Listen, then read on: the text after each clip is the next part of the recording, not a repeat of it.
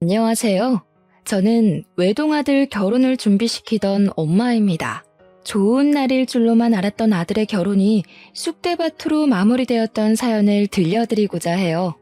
아들이든 딸이든 자식을 시집장가 보내는 건 꽤나 걱정도 되고 긴장도 되잖아요.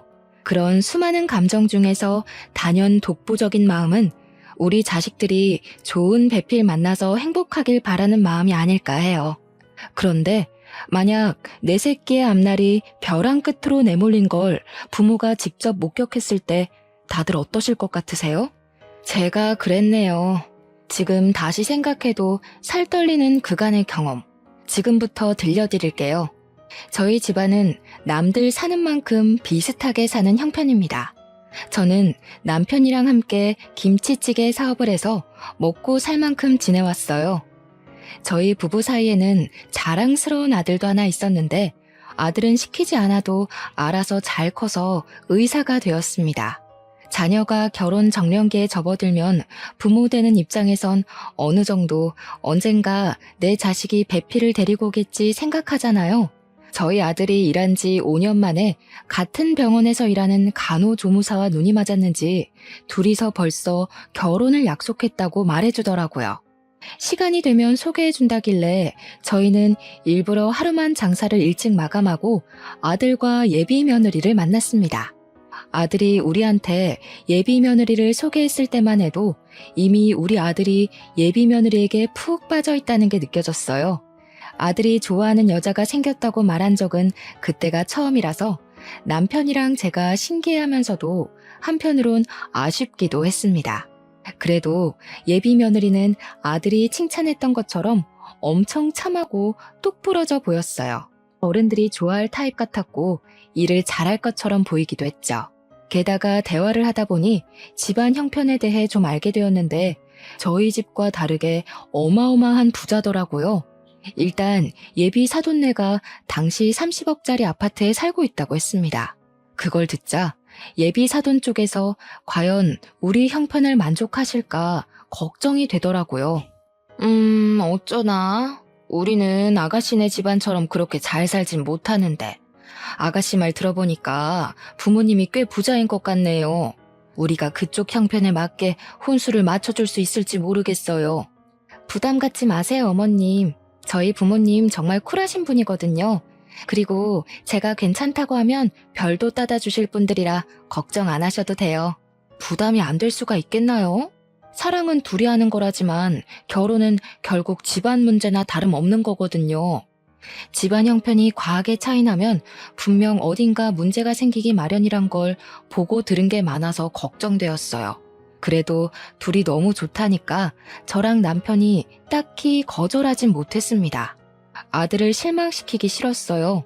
부모가 되어서 어쩌면 아들에게 해줄 수 있는 마지막 지원일지도 모르는데 마지막까지 아들이 원하는 삶을 선택해서 살 수 있도록 돕고 싶었습니다. 그렇게 아들의 결혼 준비는 쭉쭉 진행이 되었어요. 상견례 날짜는 꽤 빠르게 잡혔습니다. 남편이랑 저는 아들이 해준 옷을 입고 최대한 단정한 차림으로 상견례에 참석을 했어요. 상견례 위치는 예비 사돈네가 먼 길을 못 오는 사정이라고 해서 밑지방에 사는 저희가 윗지방으로 올라가는 걸로 합의봤죠. 그렇게 도착한 상견례장에서 저랑 남편은 경악을 금치 못했어요. 장소는 깔끔한 횟집이었는데 예비 사부인 옷차림은 그에 맞지 않는 화려한 차림이더라고요.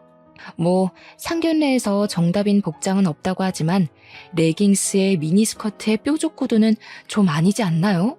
아무리 그래도 자기 딸인 예비 신부보다 튀는 옷이 말인가요? 바깥 사도는 나름 멀쩡한 차림이었는데 저러고 나온 사부인을 말리지 않은 것 보면 바깥 사돈도 생각의 관점이 일반적이진 않은 것 같았습니다. 물론 제가 보수적인 편이라 그렇게 봤을 수도 있겠죠. 남들은 어떻게 생각할지 모르겠지만 일단 제 눈에는 사부인 행색이 너무 이상했어요. 처음부터 좀 많이 놀라서 표정 관리가 잘 안 되었습니다. 남사스러워서 저희 남편도 사부인을 잘 못 쳐다봤어요. 사돈 쪽에서 먼저 인사를 건네길래 저희도 그제야 웃음을 걸치고 악수를 받아주었네요. 그나마 다행이었던 건 두 분 성격이었습니다. 두 분 다 성격이 그리 모난 것 같지 않더라고요. 특히 사부인은 사근사근 잘도 웃었는데요. 친화력도 장난이 아니라서 삭막한 테이블 분위기를 금세 띄워주더라고요. 우리 사위들 총각이 인물이 참 좋더라고요. 누굴 닮았나 했더니 박가사돈이랑 정말 판박이네요. 제가 관상을 좀 잘 봐요. 박가사돈 보니까 젊은 시절에 여자 꽤나 울리셨겠는데요. 정말 사부인 같은 여자 아니면 박가사돈 인물 감당할 여자 없겠어요. 아, 칭찬 감사합니다. 근데 제가 젊을 때는 그리 인물이 좋았던 편이 아니라서 오히려 아내 마음 얻는 게 어려웠었어요. 아내가 정말 인기 많았거든요. 남편은 사부인의 과하면서 가벼운 칭찬에 몸둘 바를 몰라 했습니다. 사부인 때문에 초면인데도 우리 사이의 분위기가 어색하진 않았어요. 하지만 시간이 갈수록 사부인 화법 때문에 희한하게 불쾌감이 생기더라고요. 저희가 이렇게 평범한 분들 만나는 건 오랜만이라서 그런지 마음도 굉장히 편하네요.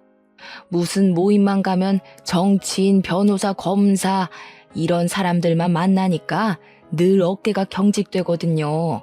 근데 오늘은 완전 휴가 받은 기분이에요. 사부인은 대화 내내 약간 이런 식으로 얘기를 했습니다. 뭔가 우리 집안의 형편을 빙빙 둘러서 까는 느낌이라고 할까요? 그렇다고 저만 갖고 있는 의심 때문에 얼굴에 티를 낼 순 없었어요. 게다가 다들 사부인의 행실에 하하 웃기만 하니까 제가 더 나서서 주의를 줄 수도 없는 입장이었죠. 아무튼 상견례에서 대화를 하다 보면 당연히 혼수랑 예단비 얘기 나오지 않습니까? 저희도 당연한 순리를 거치려고 제가 한마디 먼저 언급을 했는데요. 제 말을 끊고 사부인이 먼저 흔쾌한 제안을 하더라고요. 그러지 말고 형편이 안 되신다고 들었는데 너무 무리하지 마셔요.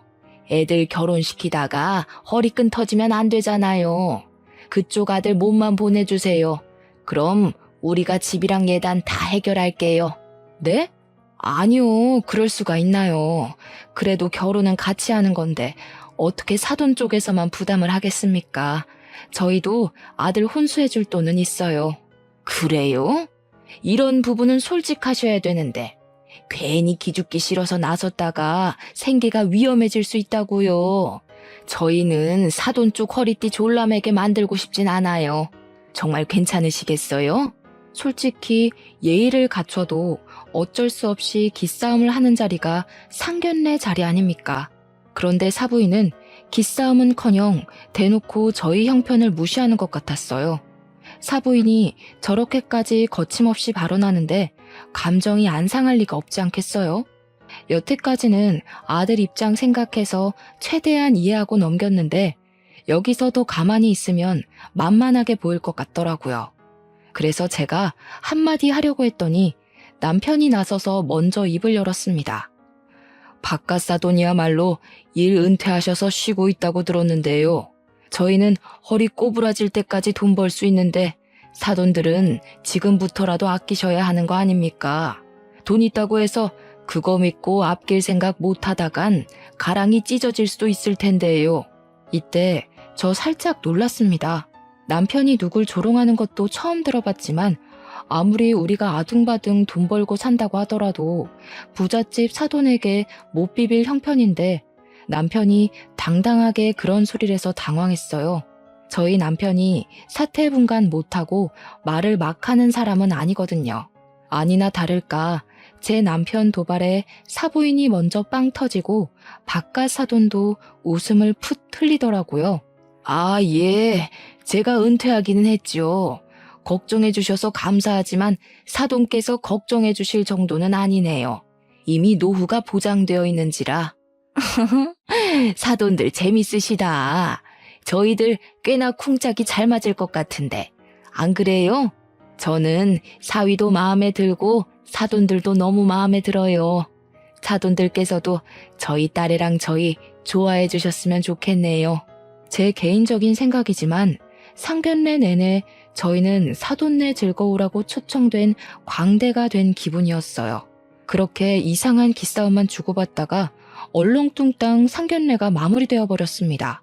다시 지방으로 돌아가는 길이었는데 너무 기가 빨려서 잠만 잤네요. 나중에 예비 며느리한테 따로 전화가 왔는데 자기 부모님이 거침없이 말한 걸 대신 사과하더라고요. 죄송해요, 어머님. 아버님도 기분 많이 상하셨죠? 저희 부모님이 원래 필터링 없이 말씀하셔서 오해들 많이 하세요. 근데 진짜 절대 나쁜 뜻은 없었어요. 역시 제 기분 탓만은 아니었는지 예비 며느리도 사돈네 말투가 공격적이었단 걸 알았나 봅니다. 그래도 예비 며느리가 알고 사과하는 게 어딥니까? 또 사돈네가 직접적으로 싸움을 걸어온 건 아니라서 저는 예비 며느리 마음을 생각해 괜찮다고 하고 넘겼어요. 그런데 상견례가 끝나고 며칠 뒤 예상치 못한 문제가 발생해 버렸어요. 사부인이 갑자기 우리 식당 찾아와 웬 봉투 건네더라고요. 연락 없이 먼 길을 찾아온 것도 당황스러운데 인사 한마디 덜렁하고는 설명도 없이 봉투를 주길래 얼떨떨했어요. 이게 뭐냐고 물으면서 봉투를 열어봤더니 혼수 목록, 혼수 받을 사람 목록, 혼수 예산 구입비 등이 정리된 편지더라고요. 아들 몸만 보내는 거 싫다면서요. 저희가 집값으로 5억 할 테니 그쪽에서 2억 혼수해 주세요. 얼굴 보고 말하는 게 예일 것 같아서 장장 5시간을 달려왔네요. 이 동네 무슨 차가 이렇게 막히는지 차 더 막히기 전에 다시 올라가야 되거든요. 어떻게 2억 괜찮겠어요? 2억 소리를 듣고 순간 머리를 한 대 맞은 것 마냥 얼떨떨했어요. 우리 집 형편에 2억은 아주 빠듯한 돈이었습니다. 당연히 혼수를 준비할 생각이었지만 많아봤자 1억 선을 염두하고 있었어요. 사돈 쪽에서 5억을 낸다는 것도 몰랐는데 사부인이 저한테 제시한 2억은 이미 사돈네가 배려해서 적게 깎아준 액수나 다름없었어요. 그래서 더 깎을 엄두를 못 냈습니다. 대답을 재촉하는 사부인에게 아무런 답변을 못 주고 있었어요. 왜요? 2억은 어려우세요? 그래도 애들이 5억 정도 되는 신혼집을 구해야지. 저는 제 딸이 어렵게 사는 거 원치 않아요. 2억 안 되실 것 같으면 저희가 알아서 다 하고요. 2억은 힘들었지만 그렇다고 우리 아들을 사돈네 집에 팔아넘기듯 몸만 보내고 싶지 않았습니다. 누가 그러더라고요. 사돈네에서 결혼할 때 돈을 많이 들이면 그만큼 내 자식이 고생하는 거라고 말이죠. 아니요, 5억 해오신다는데 저희가 못해도 2억은 해가야죠. 서로 그게 도리에 맞는 것 같네요. 그래서 저도 모르게 사부인의 은근한 무시에 자존심이 상해서 2억을 하겠다고 말해버렸어요. 사부인은 만족스럽게 고개를 끄덕이곤 물 한 잔 받아먹고서 돌아갔습니다. 사부인 배웅해주고 다시 가게로 들어오니까 그제야 후회가 되었어요. 내가 무슨 짓을 저지른 건지 싶더라고요. 저는 사부인 있을 때는 잘 못 읽어봤던 봉투를 다시 읽어봤습니다. 애들 신혼집에 쓸 가구 목록이 쭉 있었고 끄트머리엔 사부인에게 줄 명품 가방도 목록에 있었습니다. 결국 엎질러진 물이니 저는 남편한테 이 사실을 얘기했어요. 남편이 잠자코 듣고 있다가 잘했다고 하더라고요. 미안해요. 부담이 되면 지금이라도 내가 그 여자한테 전화해서 정정할게요. 아무리 자존심 상해도 돈으로 자부심 부리면 안 되는 건데 내가 실수했어요. 남 주는 돈도 아니고 우리 아들 잘 살라고 해주는 돈인데 아깝진 않아. 돈이야 또 벌면 되는 거잖아. 노후에 아무것도 안 하고 쉬어서 뭐 하겠어. 일이라도 해야지. 저랑 남편은 결국 가게를 담보로 2억을 대출받기로 결정했습니다. 이 사실을 알면 아들이 걱정할까봐 아들한테는 말을 못했어요. 그리고 한날 저는 혼자서 백화점에 들러 명품관을 찾았습니다. 사부인이 구체적으로 적어줬던 가방을 찾아서 구매했어요. 무슨 가방이 250만 원이나 하는 건지 깜짝 놀랐습니다. 역시 돈 많은 집은 가방조차도 함부로 들지 않는구나 싶으면서도 같은 여자인데 너무 다른 삶을 살고 있는 것 같아 한편으론 부럽기도 했어요. 저는 구매한 가방을 사부인한테 전달하려고 아들을 통해서 줬습니다. 다음날 사부인한테서 전화가 왔는데 고맙다는 인사일 줄 알고 마음 편히 받았어요. 네, 사부인. 어제 사위 통해서 가방 잘 받았어요. 그런데 좀 문제가 생겨서요. 이 가방 말고 다른 가방을 받고 싶은데요. 예상치 못했던 반응이라서 저는 전화를 받고도 네네? 거리기만 했습니다. 아니, 제 친구들이 하도 성화를 부리더라고요. 하나 있는 귀한 딸 보내면서 고작 250만 원짜리 가방 받냐고요. 저 모임 가서 얘기했다가 바보 됐잖아요. 제가 문자로 링크 보내놨으니까 그 가방으로 좀 부탁해요. 이 가방은 사위 통해서 다시 돌려드릴게요. 사부인은 친구 말을 듣고 더 비싼 브랜드의 가방으로 의견을 바꾸었습니다. 사부인이 다시 보내준 다른 가방은 무려 500만 원짜리였어요. 똥개 훈련시키는 것도 아니고 이랬다 저랬다 하는 사부인의 태도가 또 무례하게 느껴져서 화가 났지만 이걸 뭐라고 할 수도 없었던 게 사돈네에서 5억을 해온다고 한 이유도 있었고 또 사부인이 2억 혼수비에 맞춰서 요구하고 있는 거라 따지지도 못했어요. 결국 저는 가방을 바꿔주었습니다. 환불하고 다른 가방 다시 사는 건 아들이 직접 해줬어요. 근데 그것 때문에 아들이 뭔가를 눈치챈 건지 저한테 따로 찾아와서 묻더라고요. 엄마, 혹시 처가 쪽 때문에 곤란한 일 있어? 나한테 숨기는 거 있어 보여서 갈수록 엄마 표정이 안 좋아 보여. 혼수비 때문에 그러는 거야? 2억 한다고 들었는데 돈이 어디서 나서 그렇게 큰 돈을 하겠다고 했어? 어? 아들이 걱정할 문제 아니야. 아들 결혼한다고 하니까 가끔씩 아쉬워서 그런 거지 뭐. 사돈네랑 아무 문제 없으니까 걱정 말고 결혼 준비에만 신경 써. 아들한테는 도무지 고민을 털어놓을 수가 없었어요. 어차피 저희가 혼수로 2억을 해주기로 했고 사부인은 2억 선 안에서 물건을 요구하는 거니까 욕을 할 수도 없는 노릇이었죠. 그런데 말입니다. 제가 잘 몰라서 그러는데요. 원래 애들 결혼 준비시킬 때 사돈끼리 마주하는 경우가 많나요? 제 주변에는 그렇지 않다고 하는데 이상하게 저희 집은 사돈네랑 자꾸 얽히게 되더라고요. 사돈네가 귀한 딸 보내는 게 많이 아까운 건지 또 한 번 먼 길을 찾아온 적이 있었어요. 그날은 정말 해도 해도 너무한 얘기를 들었는데요. 어느 날 갑자기 우리 식당을 또 찾아온 사부인이 자기 딸 꾸민비 안 주냐고 하는 겁니다. 저 당시 꾸민비가 뭔지 몰랐거든요. 그날 사부인이 얘기하는 거 듣고 처음 알았습니다. 어머, 신부한테 꾸민비는 당연히 줘야죠. 저희가 5억이나 해주니까 그쪽에서 1억은 더 얹어주세요.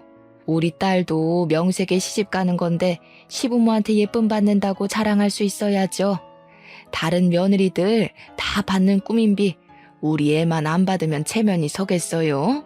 꾸민비가 사돈네 자식에게 사고 싶은 거 사입고 치장하라고 주는 돈이라고 하대요.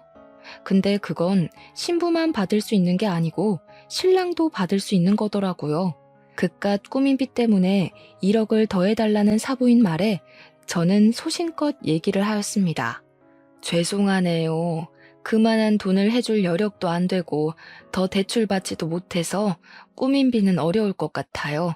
그냥 서로 안 해주는 걸로 퉁치죠. 역시 돈줄 달리는 게 이렇게 금방 눈에 보여서 아쉽네요. 이래서 제가 딸한테 수준 차이 나는 사돈은 질색이라고 얘기를 했었거든요. 사위가 의사 아니었으면 구린내가 진동하는 이런 곳에 저희 딸 안 보냈을 거예요.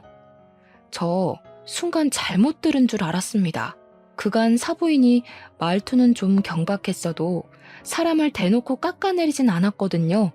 그런데 제가 1억 꾸민비 못 주겠다고 하자마자 돌변에서는 저희 집안이랑 제 아들을 깎아내리기 시작하는데 딱 알겠더라고요. 사부인이 원래 이렇게 무례한 사람이기에 그런 경박한 소리를 가진 거란 걸 말이죠. 사부인 아들 고집 너무 세더라고요. 근성이 얼마나 끈질긴지. 역시 가난뱅이 집안에서 태어난 것들이 쓸데없이 끈기가 좋아요. 자기 주제를 알고 여자를 골라야지 어디서 밤밑을 구르던 놈이 머리 위에서 놀던 여자를 눈독 들이는지 모르겠더라니까요. 사부인, 아들 밖에서 그러고 다니는 거 알고 계셨어요? 뭐라고요? 누가 발밑을 굴러요? 사부인, 지금 도가 지나치신 것 같은데요. 우리가 대단한 집안은 아니지만 그것 때문에 제 아들이 욕먹는 건 납득이 안 되거든요. 당장 사과하시죠. 어머나, 사과는 그쪽에서 하셔야죠. 제가 그쪽 아들 떼어내느라 2년이나 고생했는데, 근데 이놈이 어떻게 제 딸을 깨어냈는지 아주 거머리처럼 딱 붙어서는 절대 안 떨어지대요. 대체 아들 교육 어떻게 시킨 거예요? 지 분수 생각 안 하고 좋아하는 여자만 있으면 무조건 들러붙으라고 가르치셨어요? 알고 보니 사부인이 장장 2년간 제 아들을 반대했다는 사실을 알았어요. 사부인은 그간 제 아들에게 문자로 여러 번 예비 며느리를 만나지 말라고 모욕을 준 듯 했습니다. 자기 딸 발목 잡지 마라, 가난뱅이 사위 관심 없다, 우리 딸 집안 보고 만나는 제비새끼랑 다를 게 뭐냐 등등 말이죠. 그걸 굳이 제 앞에서 다시 읊어주는 사부인 덕분에 제 아들이 사부인에게 어떤 취급을 당해왔는지 모조리 알 수 있었습니다. 그럼에도 아들이랑 예비 며느리가 서로 너무 좋아해서 버티고 버텼던 것 같았어요. 게다가 아들은 저랑 남편이 상처받을까봐 일부러 말하지 않은 것 같았고요. 다른 건 다 참겠는데 사부인이 제 아들에게 끔찍한 모욕을 줬다는 사실은 참을 수가 없었습니다. 더 이상 눈에 뵈는 것 없이 화가 났던 저는 손님이 먹다 남긴 김치찌개를 가져와 사부인 머리 위로 부어버렸습니다. 사부인이 비명을 악 지르자 남편이 튀어나왔고 타이밍 좋게 아들이랑 예비 며느리까지 등장했어요. 아들이랑 예비 며느리는 그날 우리 집에서 저녁을 먹기로 했기에 일찍 들린 거였어요. 네 새끼가 그렇게 아까우면 죽을 때까지 끼고 살 것이지. 뭐하러 풀어놨어?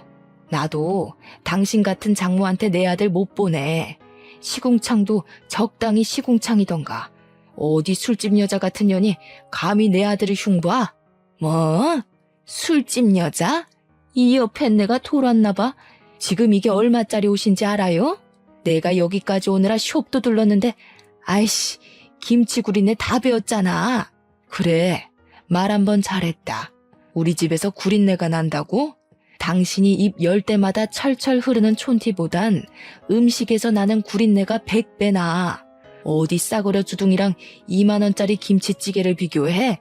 다 늙은 사람이 아직도 젊은 줄 알고 그딴 차림으로 다니는 거 진짜 볼썽사납거든? 실제 사부인은 상견례뿐만 아니라 제 앞에 나타날 때마다 미니스커트 차림이었어요. 복장만으로도 그 사람의 인품이 드러날 때가 있는데 여태 제가 봤던 사부인의 모습은 전부 술집 여자 같은 분위기더라고요. 부자든 말든 천박해 보이는 거랑은 다른 문제라 생각했어요. 천박한 입에서 내 아들이 나쁘게 언급되는데 부모로서 화 안 나겠습니까? 당장 꺼져. 다시는 내 가게에 발 들이지 마. 네가 수중에 몇 억을 갖고 있든 당신은 이 가게 들어올 자격 없어. 제가 이성을 잃고 다른 반찬들까지 사부인들한테 던지기 시작하자 남편이랑 아들이 저를 급히 말렸어요. 그리고 예비 며느리가 얼른 자기 엄마를 데리고 밖을 나가버렸습니다. 저는 불이 나게 도망가는 사부인 뒷공무니에 대고 나 이 결혼 절대 허락 못한다고 파혼하자고 고함을 쳤어요. 그렇게 다음 날 예비 며느리가 우리 식당을 다시 찾아왔습니다. 사부인이 꼴보기 싫으니 며느리도 보기가 싫더라고요. 그래서 냉랭하게 대했더니 예비 며느리가 갑자기 제 앞에 무릎을 꿇는 거 아니겠습니까? 저희 엄마가 철이 없어서 그래요. 제발 한 번만 용서해 주세요, 어머님. 제가 다신 저희 엄마 이곳에 못 오게 만들게요. 저 이 결혼 꼭 하고 싶어요. 너네 엄마가 장장 2년 동안 내 아들을 사람 취급도 안 했다면서 내가 정신 나갔다고 그런 집에 내 아들을 사위로 보내겠니? 이렇게 문제가 되기 전에 진작에 네 엄마 말렸어야지. 이미 내 아들한테 상처 다 줘놓고 앞으로는 안 그러겠다고? 그걸 내가 어떻게 믿어? 죄송해요. 정말 한 번만 믿어주세요. 저 오빠랑 결혼 못하면 죽어요. 어머님이 시키는 건 뭐든 다 할게요. 결혼만은 제발 무르지 말아주세요. 저 한 번도 예비 며느리에게 언성을 높인 적이 없는데 그날은 좀 따끔하게 혼을 냈습니다. 예비 며느리는 제 아들을 정말 사랑하고 있다고, 이대로 파혼할 수 없다고 계속 싹싹 빌었어요. 솔직히 사부인이 문제지 며느리는 잘못이 없잖아요. 하루도 아니고 매일 찾아와서 손이 발이 되도록 싹싹 비는 며느리 때문에 마음이 약해진 저는 결국 못 이기고 봐주게 되었어요. 물론 결혼 허락하는 대신 사부인더러 내 앞에 와서 직접 사과하라고 시켰죠. 며느리가 그러겠다고 고개를 연신 끄덕이더군요. 그리고 며칠 뒤 사부인뿐만 아니라 바깥 사돈까지 우리 식당을 찾아왔습니다. 예비 며느리랑 아들까지도 퇴근하고 김치찌개 집으로 모였어요. 저랑 남편은 식당을 일찍 마감하고 다 같이 식사하는 시간을 가졌죠. 가벼운 안부 인사를 나누는데 어째 상견례 때보다 더 어색했습니다. 가족들이 저랑 사부인의 눈치를 많이 봤어요. 그리고 사부인은 우리 가게 들어와서 한 번도 저를 제대로 쳐다본 적이 없죠. 식구들한테 한 소리 듣기라도 했는지 늘 기세등등한 모습도 없었고 복장도 꼴불견 같던 미니스커트가 아닌 얌전한 롱스커트였어요. 이렇게 대면대면 하려고 마련한 자리 아닌 줄 아니까 제가 먼저 사돈네 오는 길 피곤하지 않았냐고 물었습니다. 그 순간을 기점으로 식구들이 한두 마디씩 던졌어요. 주로 애들이 적막한 분위기 풀어주려고 적극적인 태도를 보이곤 했습니다. 그렇게 심심찮은 대화를 나눈 뒤 다들 숟가락을 들었어요. 그런데 식사를 하는 동안 예비 며느리가 사부인에게 사과하라며 손가락으로 은근히 재촉을 하더라고요. 사부인은 꼼짝도 안 하고 있다가 결국 바깥 사돈의 눈초리까지 한번 받고서 사과했습니다. 미안합니다, 사부인. 제가 생각이 짧아서 실언을 했어요. 정말 미안해요. 우리 문제 때문에 애들 앞날을 방해할 순 없잖아요. 그건 같은 부모로서 이해할 거라고 생각해요. 다신 제가 실언하는 일 없을 거예요. 한 번만 너그럽게 봐주세요.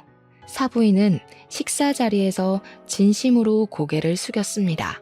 남편은 제가 원하는 대로 하길 바랬고 저는 사부인의 표정까지 꼼꼼히 살핀 후에 그 용서를 받아줬어요.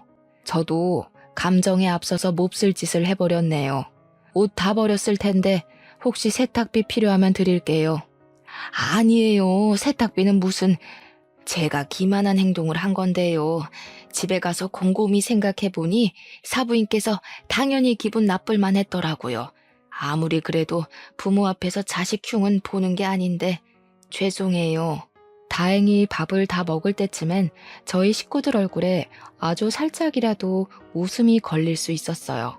그리고 사부인은 김치찌개를 다 먹고 정리하는 것까지 손수 도와줬습니다. 그래서 어떻게 저떻게 잘 풀어서 헤어질 수 있었죠.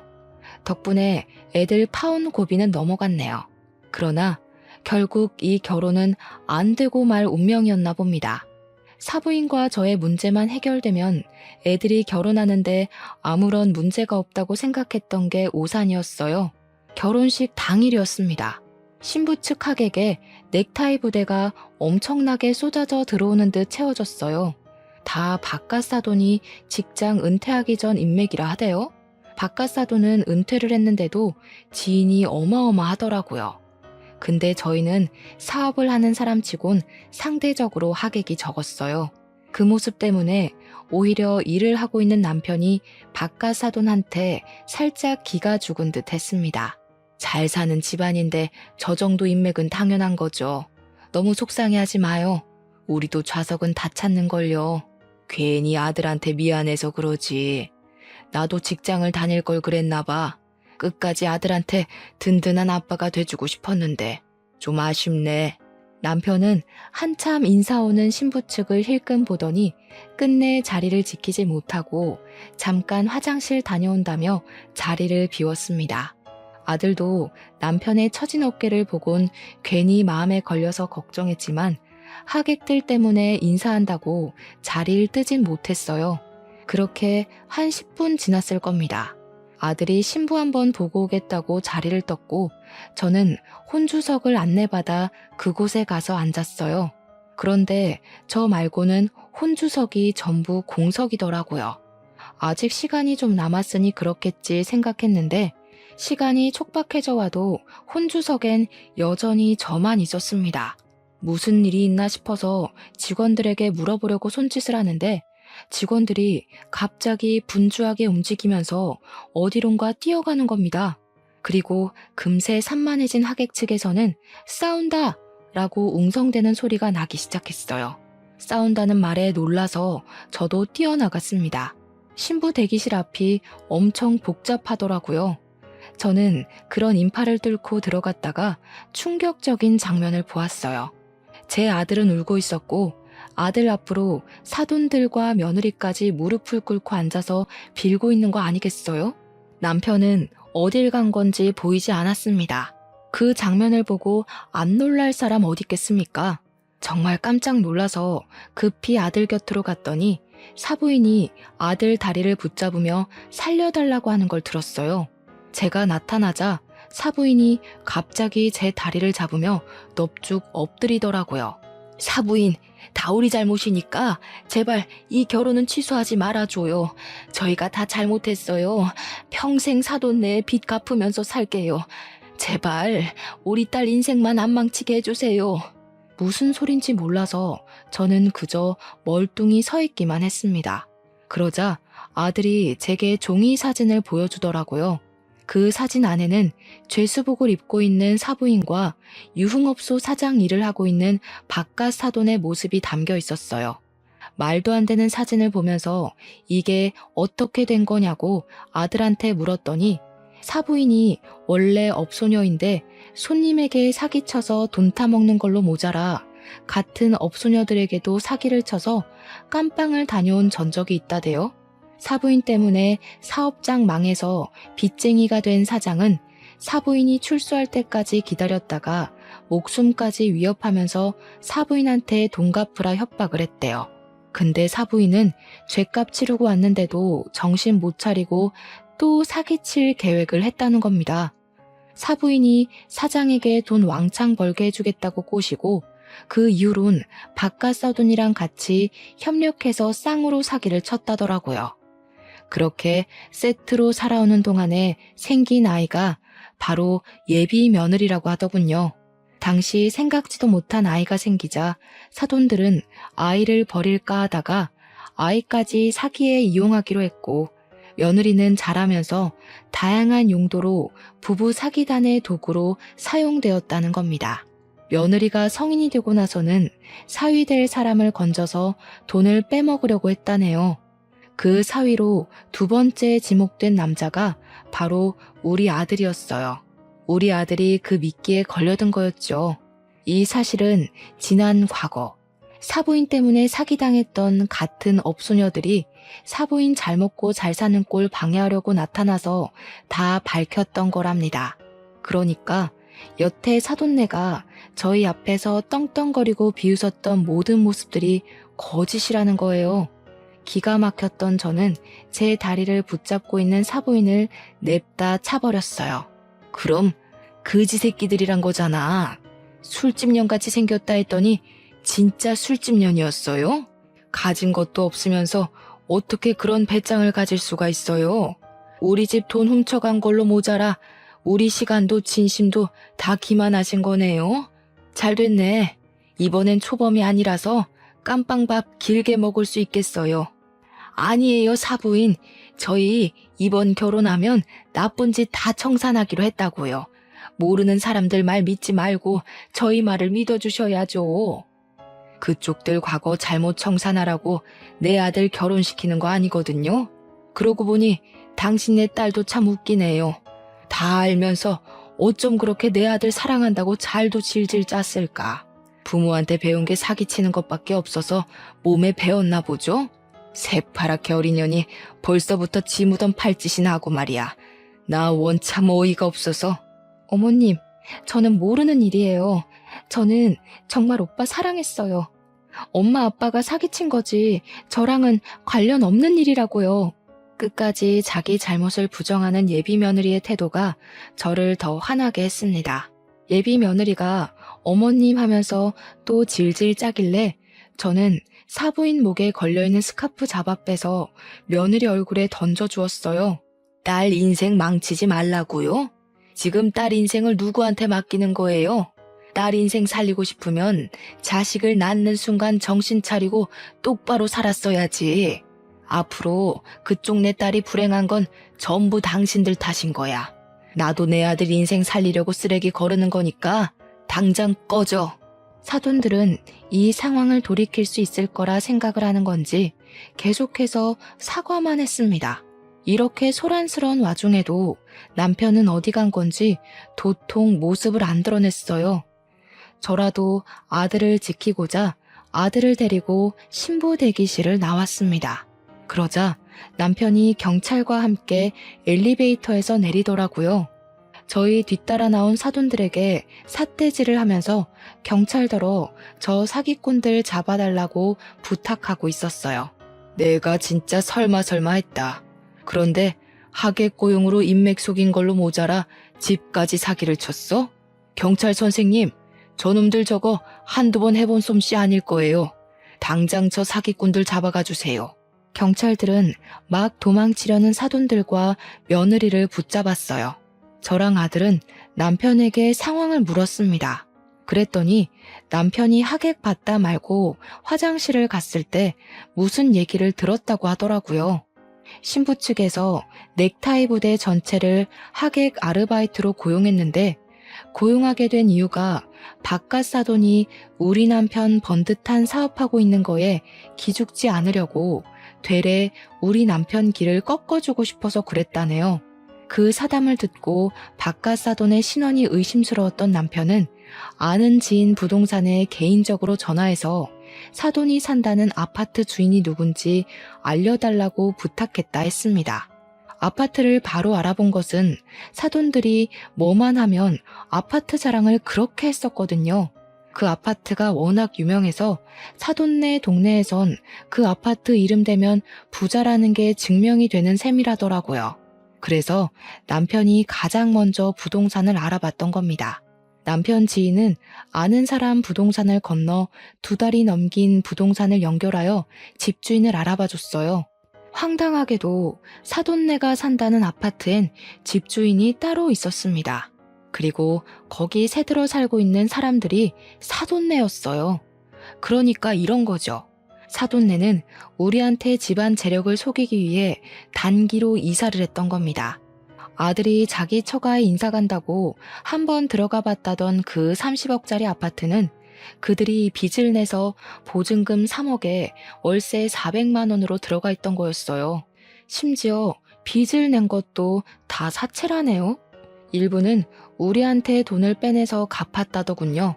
그리고 나머지 빚은 애들 결혼시킨 뒤에 저랑 남편의 자존심을 좀 더 긁어서 계속 돈을 빼낼 작정을 했던 겁니다.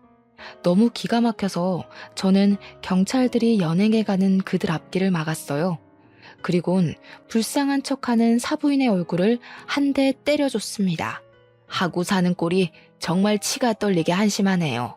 깜빵 가서 되도록 오랫동안 안 나왔으면 좋겠어요. 딸 생각 조금이라도 한다면 제발 싸구려짓 좀 그만하고 정신 차리세요.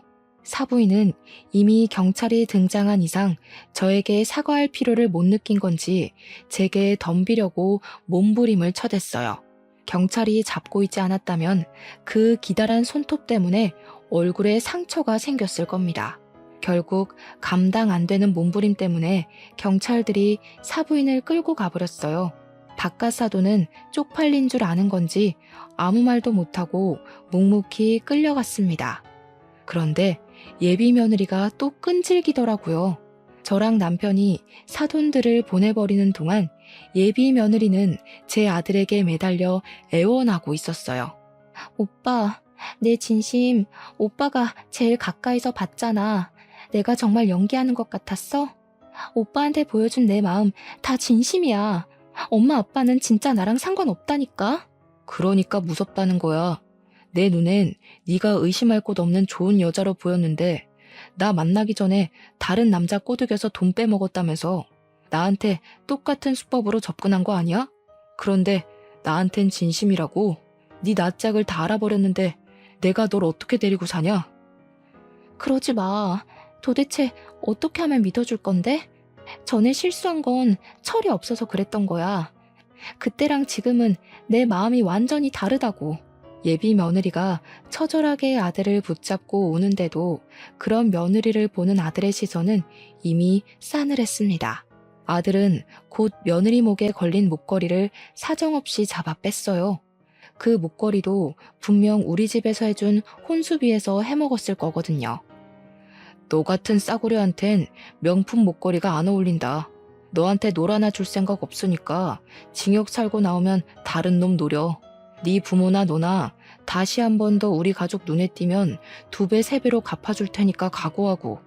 아들이 그대로 돌아서자 경찰이 알아서 예비 며느리를 잡아갔어요. 실내에서 쩌렁쩌렁 울리는 예비 며느리 목소리 때문에 다른 하객들까지 인상을 찌푸렸습니다. 그렇게 잡혀간 그 사람들은 전적까지 곱빼기로 쳐서 사귀제 형벌을 받게 되었어요. 부디 그 안에서 오래오래 살길 바랄 뿐입니다. 저희는 일상을 회복했어요. 물론 겉으로는 그렇죠. 이미 상처받은 마음을 완전히 회복하는 것이 참 어렵더라고요. 특히 우리 아들 속이 말이 아닌 것 같았어요. 아들이 예비 며느리를 처음 소개해 주었을 때 예비 며느리를 보던 아들 눈빛을 아직도 기억하고 있는데요. 그렇게 많이 좋아했던 사람에게 당하는 배신은 잘 잊히지도 않잖아요. 하필 결혼할 만큼 사랑한 사람이 엉망진창이었다는 게 아들에겐 꽤 큰 상처로 남을 것 같습니다. 세상에 좋은 여자도 많은데 왜 하필 그런 여자가 우리 아들 인생에 들어섰는지 모르겠네요. 아들이 부디 그날의 상처를 잘 극복해서 그저 지나가는 일일 뿐이라는 걸 알았으면 좋겠습니다. 여기까진 안 좋은 현실을 말씀드렸지만 저희 집안에 우환만 있었던 건 또 아니에요. 그날 결혼식이 그렇게 엎어졌는데 사람들이 휴대폰으로 다 찍어서 그런가 SNS에 이슈가 되었더라고요. 근데 저희 식당까지 그 이슈를 타서 객지 사람들이 응원차 저희 식당을 방문해주고 있어요. 저랑 남편 김치찌개 사업하면서 이렇게 눈코 뜰 새 없이 바쁘게 장사해본 거 처음입니다. 이미 사기당한 돈은 운 좋게 배상받았는데 이대로만 장사 잘 된다면 사기당했던 돈만큼 한 해 매출을 뽑을 수 있을 것 같기도 해요. 손님들이 왔다 가면 블로그 후기도 올려주시더라고요. 사진 엄청나게 찍어가고요. 인터넷에 우리 가게 검색해서 블로그 슬쩍 보면 댓글에 저희 가게를 아는 체 하면서 안부를 궁금해하는 분들도 종종 계셨어요. 남의 일인데 그렇게까지 마음 써주는 분들이 있어서 또 여러 번 위로를 받네요. 사기당하고 나서 저희 식구끼리 서로 위안하는 것만으론 한계가 있었는데 많은 사람들이 저희 사정을 응원해주니까 그래도 빠르게 마음이 편해지는 것 같더라고요. 언론의 힘이 새삼 대단하다는 걸 요즘 많이 느끼네요. 우리 아들이 혼인신고하기 전에 구덩이에서 빠져나올 수 있어서 얼마나 다행인지 모릅니다. 인생 액땜을 했다고 생각하고 앞으론 더 열심히 신중하게 살아가야겠어요. 다른 사람 조심하셔요. 제 사연 들어주셔서 감사합니다.